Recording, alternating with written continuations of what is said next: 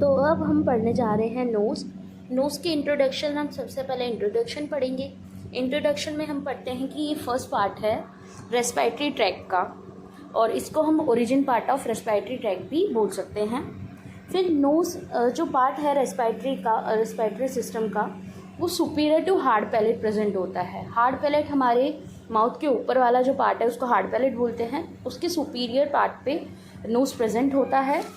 इसके बाद बोले तो हम इसमें peripheral organs of smell contain होते हैं, मतलब नोज़ के अंदर पेरिफेरल ऑर्गन्स ऑफ स्मेल मिलते हैं हमको। इसके बाद लोकेशन की बात करें इसकी, तो इसकी लोकेशन प्रेजेंट होता है superior part of the face, superior surface of the face पे ये प्रेजेंट होता है नोज़ भी पूरा नोज़ प्रेजेंट नहीं होता, maximum part of the nose हम बोल सकते हैं कि superior surface of the face पे प्रेजेंट होता है। इसके बाद है composition of nose. Composition of nose में सबसे पहले आप देखेंगे इसका डायग्राम, जो कि बहुत ज़्यादा कॉम्प्लेक्स है, इसको आपको पूरा लर्न करने की ज़रूरत है। इसके बाद हम पढ़ते हैं कि 3 स्ट्रक्चर्स हम इसमें देखते हैं। ए है एक्सटर्नल नोज़, बी है नेज़ल कैविटी एंड सी है नेज़ल सेप्टम। तो हम सबसे पहले चलते हैं एक ए पे, एक्सटर्नल नोज़ पे। एक्सटर्नल नोज़ आउटर पार्ट है, विजिबल पार्ट होता है नोज़ का, और विजिबल पोर्शन होता है जो प्रोजेक्ट आउट होता है फेस के बाहर की ओर, ठीक है। इसके बाद है इसके अंदर स्केलेटल, ये स्केलेटल से बना होता है कार्टिलेज से, और कार्टिलेज को हम स्मॉल बोन भी बोल सकते हैं, ठीक है। इसके बाद हम है कि the part of external nose that start from the root of the nose to the apex part of the tip part. अब मैं इसका मीनिंग आपको लोगों को बताती हूँ। तो क्या होता है कि जो नोज़ होता है उसका स्टार्टिंग होती है एक्सटर्नल पार्ट से, इसकी नोज़ की स्टार्टिंग होती है एक्सटर्नल पार्ट से, और इसका एपेक्स पार्ट होता है वो tip part of the nose होता है। इसके बाद है external part of nose is prepared by 2 openings. तो क्या होता है कि जो एक्सटर्नल पार्ट है नोज़ का, उसमें 2 ओपनिंग्स प्रेजेंट होती है, उन ओपनिंग्स का नाम होता है नॉस्ट्रल्स। इसके बाद है कि नॉस्ट्रल्स होती है वो बाउंडेड होती है लेटरली बाय द विंग्स से लेटरली बाउंड होती है नोज़ के विंग से, ठीक है। इसके बाद है superior part of the nose, जो मेन इसका ऊपरी पार्ट है नोज़ का, उस पे स्किन प्रेजेंट होती है, स्किन से ये कवर होता है। और जो स्किन होती है इसके ऊपर, इसके अंदर ग्लैंड्स होती है, स्मॉल ग्लैंड, छोटी छोटी सी ग्लैंड्स होती है, जो छोटे छोटे जो सिक्रीशंस करती है, जो हमारे लिए हार्मफुल होते हैं, ये हमारी बॉडी पे इफेक्ट करते हैं। यहाँ पे से भी कोई पसीना वगैरह निकल सकता है। इसके बाद है बी नेज़ल कैविटी।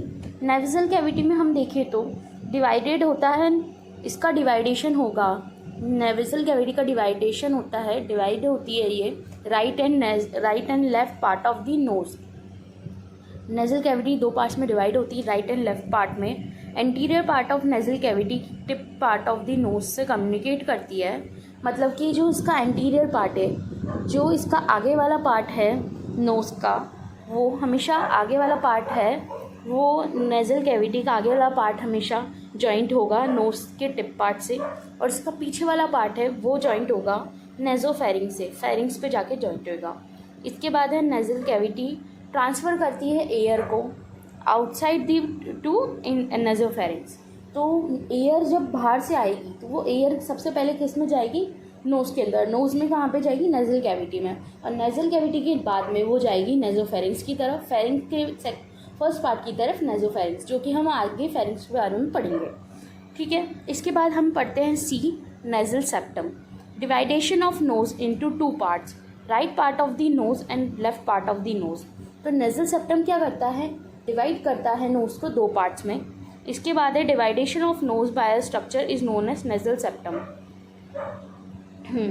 तो जिस स्ट्रक्चर से ये डिवाइड होगा, नोज़ डिवाइड होगी, उसको बोलते हैं nasal septum. Nasal septum 2 chambers बनाती है, made by chambers of nose. मतलब इसमें क्या है, जैसे ही नोज़ बनी, 2 चैम्बर्स बने राइट एंड लेफ्ट पार्ट, उसको हम चैम्बर्स बोल सकते हैं, नेज़ल सेप्टम की वजह से ही बनते हैं। अब इसके बाद है कि ये बोनी पार्ट होता है नोज़ का, और मोबाइल पार्ट होता है नोज़ का।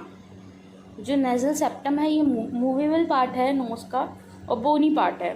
इसके बाद है नेज़ल सेप्टम से रिलेटेड कुछ स्ट्रक्चर्स हम आगे देखेंगे, जो कि हमारे लिए इतने इंपॉर्टेंट नहीं थे, हम इनको इतनी डिटेल्स में डिस्कस नहीं करेंगे। Ethmoid bone, septal cartilage, maxillary bone and palatine bone. इसके बाद हम पढ़ने जा रहे हैं parts of nose. Parts of nose में अब हम पढ़ेंगे कि जो रूफ पार्ट होता है नोज़ का, रूफ मतलब होता है क्या होता है, हमारे घर की रूफ क्या होती है, ऊपर वाला पार्ट। तो रूफ पार्ट है, तो रूफ और ऊपर को क्या बोलते हैं, सुपीरियर पार्ट। तो roof part of the nose क्या हुआ, सुपीरियर पार्ट। अब बी है floor part of the nose. Floor हम क्या होता है, ज़मीन, नीचे वाली ज़मीन जिस पे हम पैर रख सकते हैं, आराम से चल सकते हैं। तो नीचे वाली ज़मीन को हम क्या बोलते हैं, इन्फीरियर। इन्फीरियर नहीं बोलते नीचे को, तो इन्फीरियर पार्ट ये कहलाएगा फ्लोर पार्ट। और सेंटर पार्ट, सेंटर पार्ट है नोज़ का। सेंटर मतलब होता है बीच में।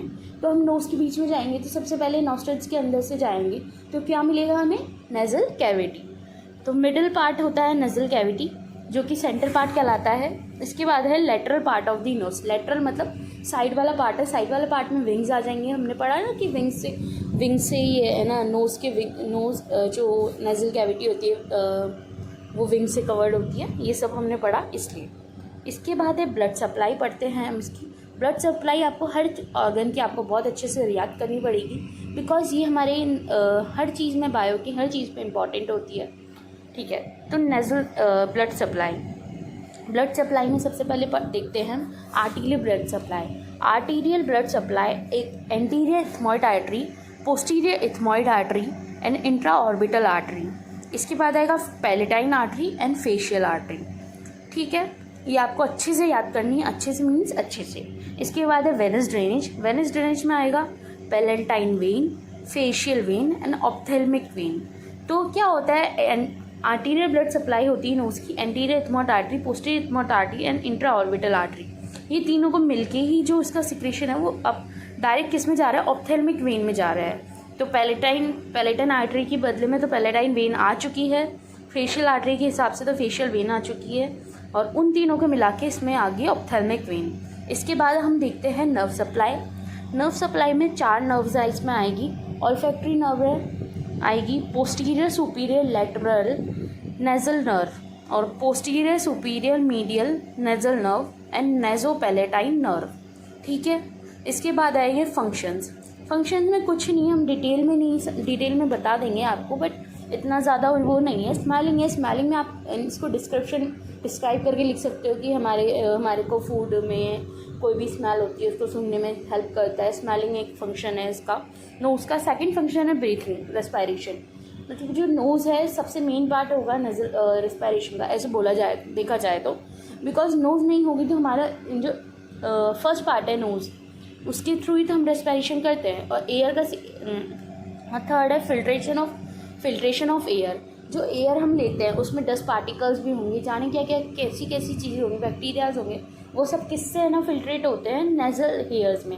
आपने अभी देखा होगा कि कभी नोज़ के अंदर हेयर्स होते हैं, वो हेयर्स सीविया लाइक होते हैं, जो कि ये करते हैं अपने आप, वो क्या करते हैं कि फिल्ट्रेशन का काम करते हैं एयर की। अब filtration of dust by nasal hair. अब एयर के अंदर क्या क्या मिलेंगे, डस्ट भी मिलेगी, तो डस्ट कोई फिल्ट्रेशन का भी काम कौन करेगा, नेज़ल हेयर। इसके बाद है एलिमिनेशन ऑफ सिक्रीशन। जो भी सिक्रीशन होगा उसको बाहर निकालने का काम कौन करेगा, नोज़। जैसे कि हमारे कभी कभी जुकाम हो जाता है, या बोलते हैं कि हमारे म्यूकस का ना सिक्रीशन हो रहा है बहुत टाइम से, तो वो सब कहाँ से निकलता है, नोज़ से निकलता है, इसलिए बोलते हैं elimination of secretion. That's all.